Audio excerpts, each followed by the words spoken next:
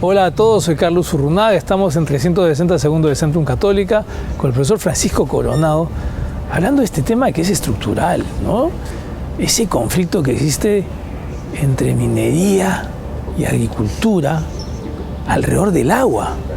Entonces, ¿por qué en otros países se resuelve o no existe, o con facilidad o con dificultad, finalmente se llega a una solución?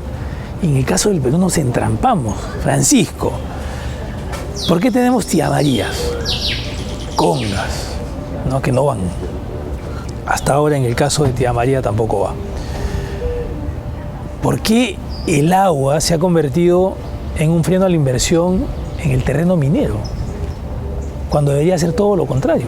Es decir, ¿no?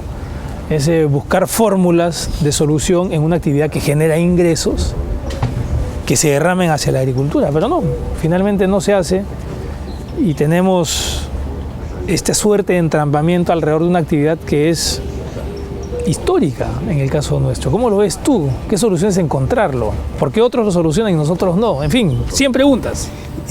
Pasa que en realidad en el país siempre ha habido una explotación minera que no ha considerado mucho a la población, ¿no? Eso hemos visto acá, Cerro Pasco. Esto es un ejemplo muy clásico, inclusive de contaminación ambiental, ¿no? Muy seria, ¿no? A nivel mundial. Y en eso en Perú. Y a nivel mundial, lo que sucede es que hay una tradición en los países desarrollados donde hay menos conflictos. En otros países como los nuestros también hay imposición, ¿no? De quien va a explotar un recurso se impone, ¿no? Sea porque tiene facilidades a través de los gobernantes o lo que sea, ¿no? Y acá en el país es lo mismo, ¿no?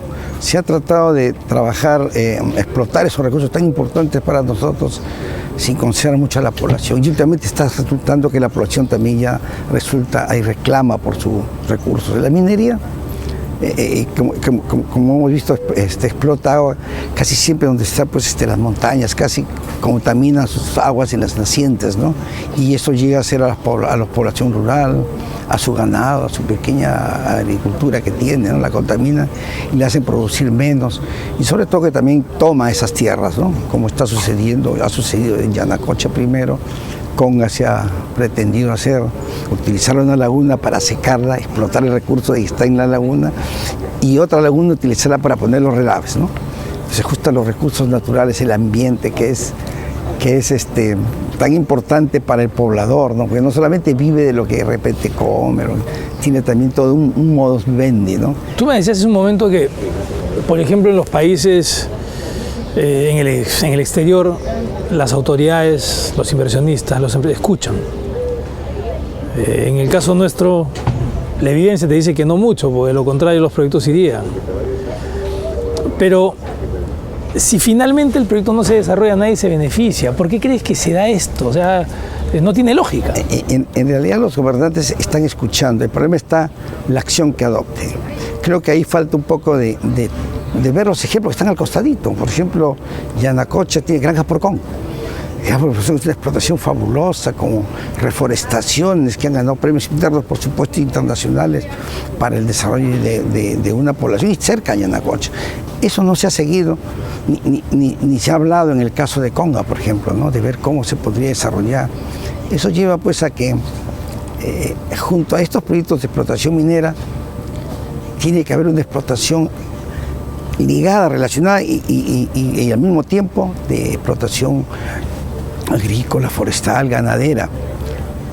Porque, por ejemplo, en el caso de Tía María, es lo opuesto. Ahí se va a entrar a explotar una minería cercana a un valle en plena producción.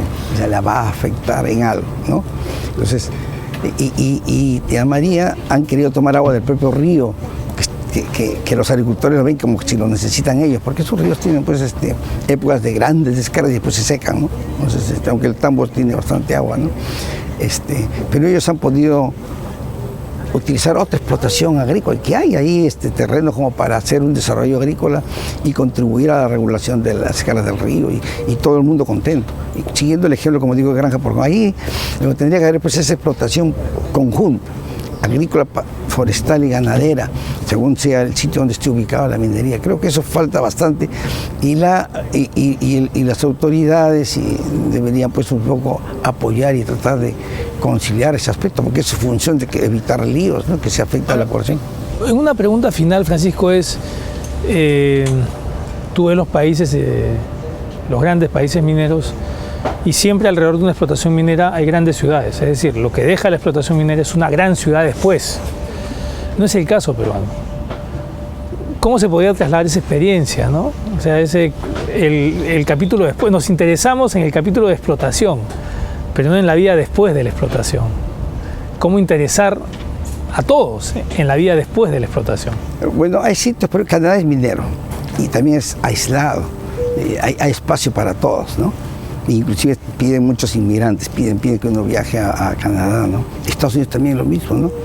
En Missouri, sitios están explotando esa explotación minera, pero también aislados de la gente, y le dan muchísimas facilidades a la población, eso sí, ¿no? Eso contribuye al desarrollo de la población.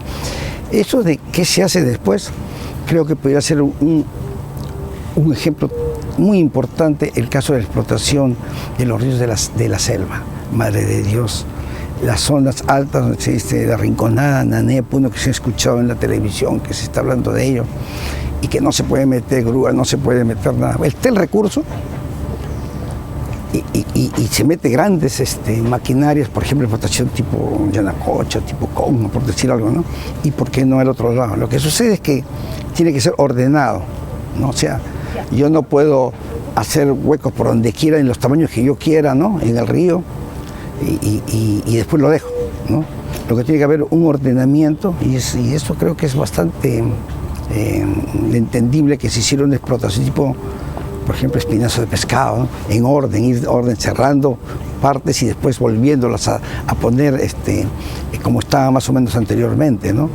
Y en una secuencia ordenada. Creo que lo que falta es que la gente comience a recibir alguna asistencia técnica, que no se la dan. Es suficiente decirle, oye, te destrozo tu maquinaria, que además el pueblo la podría utilizar ese paso, ¿no?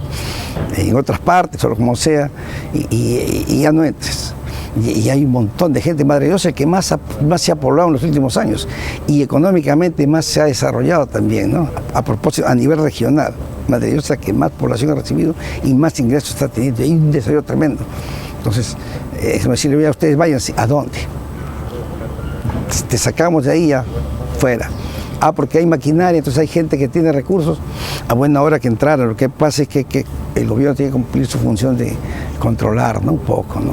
Y tiene que meterse, no puede estar en los ministerios, en las sedes centrales, haciendo informes, se llenan de papeles, y pobrecito aquel que le falló un papel, ¿no? Le echan la culpa, lo denuncian.